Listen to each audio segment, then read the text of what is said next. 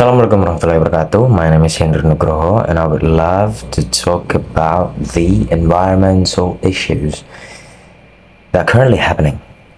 And I have two big main point, and it is the microplastic and then the agricultural waste problem. So the first problem, microplastic. So the problem is coming from the plastic. So it has been a problem since it were invented, the plastic itself.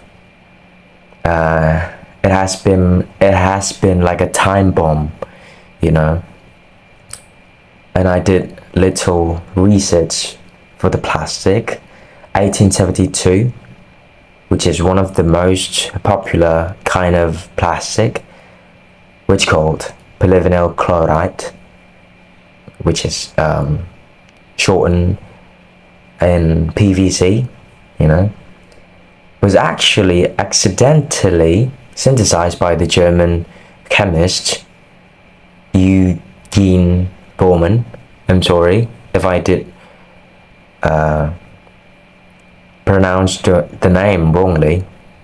And yeah, now we just have to wait the bomb to just boom, you know, because yeah, I mean, we as a human, we 70% water, yeah, so we need the waters, and we throw our plastic waste into the waters, which is the problem, you know, because we drink the water, but we throw our waste into the waters too, which is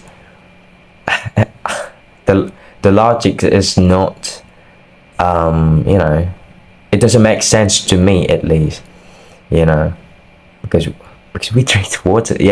So the cycle goes like this.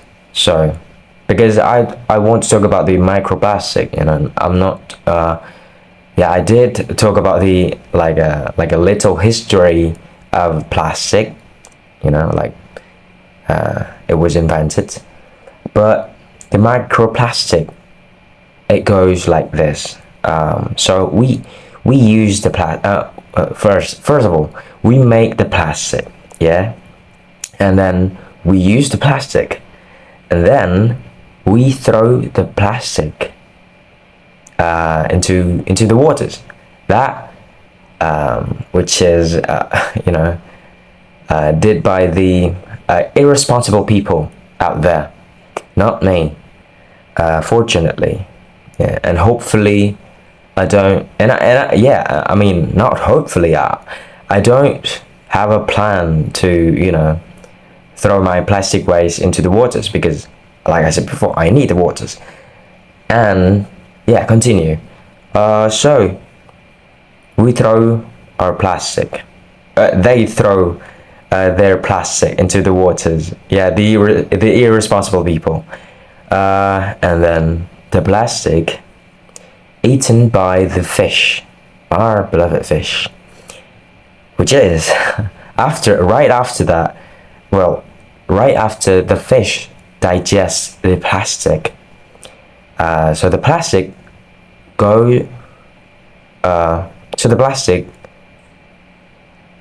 became the microplastic, and then we caught the fish and then we eat the fish, and that's the problem. If we eat the fish, the microplastic goes in too, and well, the microplastic are becoming more and more dangerous if the microplastic goes into our blood flow, which are going to just block our blood flow, and we cannot live if our blood flow just, you know, blocked. And yeah, that's it. That's like I don't know, like an instant death, you know, which is unfortunate. event, which caused by the irresponsible people, not me. I just want to say us as a human, but I don't do that. So yeah. And then the second problem that I want to talk about is the agricultural waste problem, which is not really familiar maybe to the most people, because most people that I've met, they didn't know about this problem, even though they are familiar with the agricultural area, because for example, one of my friends, he's studying the agriculture, and he wants to become a farmer. But when I brought this problem, he was just wondering, what is that true, Henry? Really? And I said, I have the data, because in 2020 I have the pollution data. So it's like a percentage. Where did the pollution coming from in 2020? So I want to specify the pollution. So the pollution that I want to talk about is the pollution that polluted our atmosphere. Maybe some of you or most of you think that pollution mostly coming from the traffics, right? Because of the cars and the motorcycles and all of that. But in reality, in the year of 2020, the percentages of pollution that coming from the traffics is just 13%, which is, it's a big percentage, but you just have to know 18% out of hundreds. It's coming from the agricultural area, because their poo-poo is producing methane gas that is really dangerous for our beloved atmosphere, and yeah, the second thing that I want to talk about, so what are the responsibility for the young generation to these kind of problem?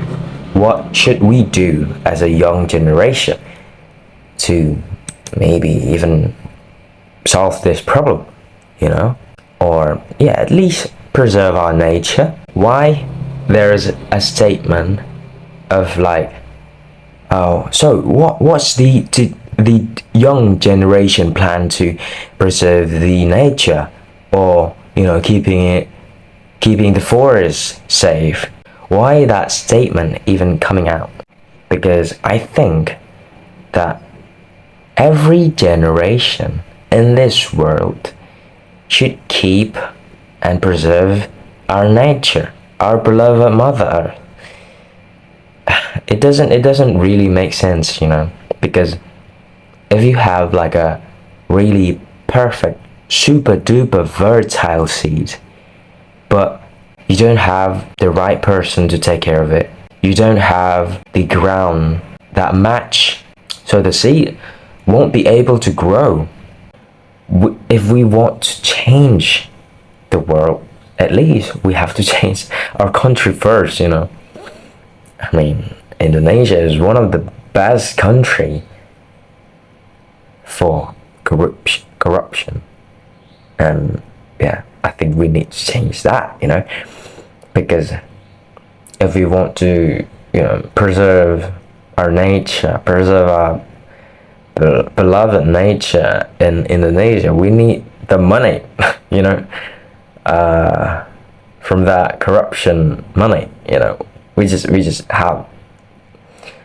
have not having a slightest chance to corrupt that money, because we need the money to change the nature, to change the people perspective about the nature. Obviously we need the money, and then we need to find people that passionate to teaching, people that really like wants, really concerned about the next generation. So we, as if like the current generation, although we are the young generation, we learn about like what's wrong and what's right, and then we step up as the current generation, and we need to change those policies and rules, and the things that we think as wrong, and then we need to cycle it, to our son, to our grandson, because we need to preserve the nature.